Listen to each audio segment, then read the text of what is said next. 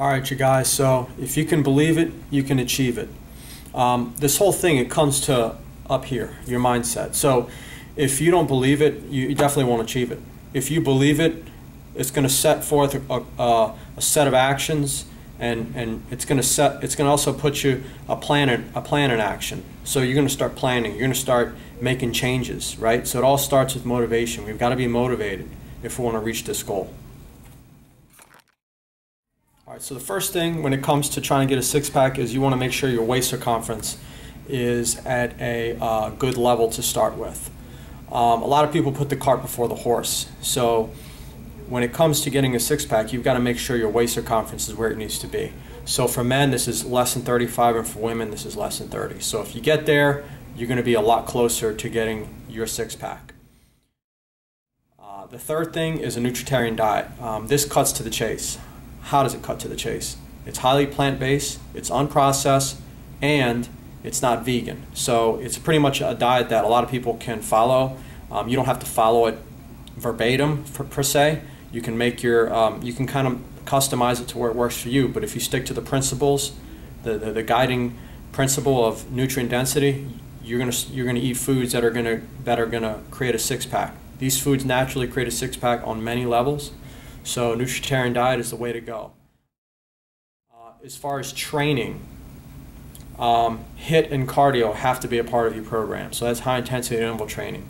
Just look at sprinters and look at power athletes. Most of them have abs. Also serious endurance athletes like triathletes and endurance athletes who are serious. We're not talking about marathon runners who are running really good times. We're talking about like shorter distance runners who run at a very high clip. I go to triathlons all the time, and usually the top finishers are like ripped. Their abs are just popping.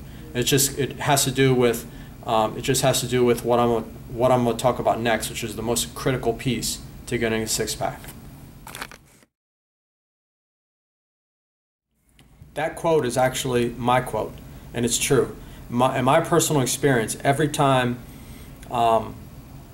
I focus on getting fitter by increasing my VO2 max or my fitness level by doing aerobic exercise or high intensity exercise, whether it be high intensity interval training or high intensity resistance training with short rest periods, and also including cardio in my training, my abs always get leaner. My two top favorites in terms of low impact are the fan bike, the Airdyne fan bike, and the Jacob's ladder. Those are my favorites. That's where I do my HIIT. And it's simple. It just works because you get fitter. So the fitter we become, the better and faster we burn body fat. Okay, that's another one of my quotes. It's basically resistance training gives the 3D effect. Okay, there's this analogy.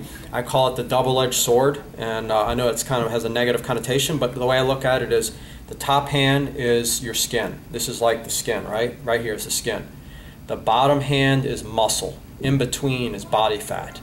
So the way I look at this is cardio kind of just burns the fat, but it does nothing to muscle. So you can have that skinny fat look, right? And if somebody just does weights, you build muscle, but you're not really doing cardio, so you're not really burning subcutaneous body fat, right? So you're still holding a lot of body fat. Your arms will get leaner, but you won't have a six-pack. So the key is, and if you subscribe to our group on Facebook, Try Bodybuilding, it's a revolutionary, cutting-edge concept. It means it's concurrent training. If you do cardio and you do weights, guess what happens? Look how much smaller the space is. That's a subcutaneous layer, which is defined as the fat that's underneath the skin and it's over the muscle.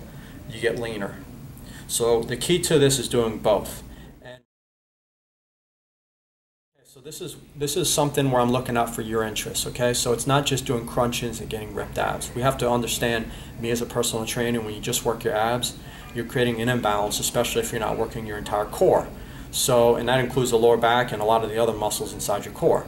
So crunches are fine, but also do functional core exercises like planking, stability ball work, TRX core exercises, and those kinds of things. So you'll get the six-pack without the risk of injury from just repeated crunches.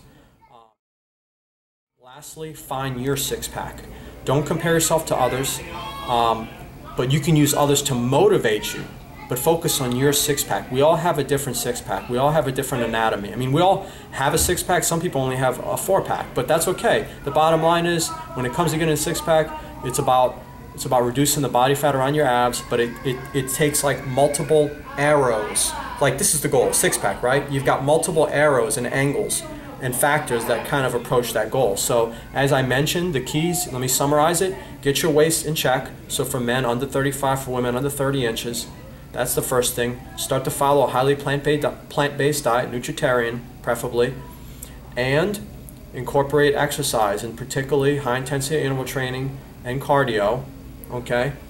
And then lift weights, and finally do some core training that's not only for sculpting but also functional for injury prevention and just being a better balanced body.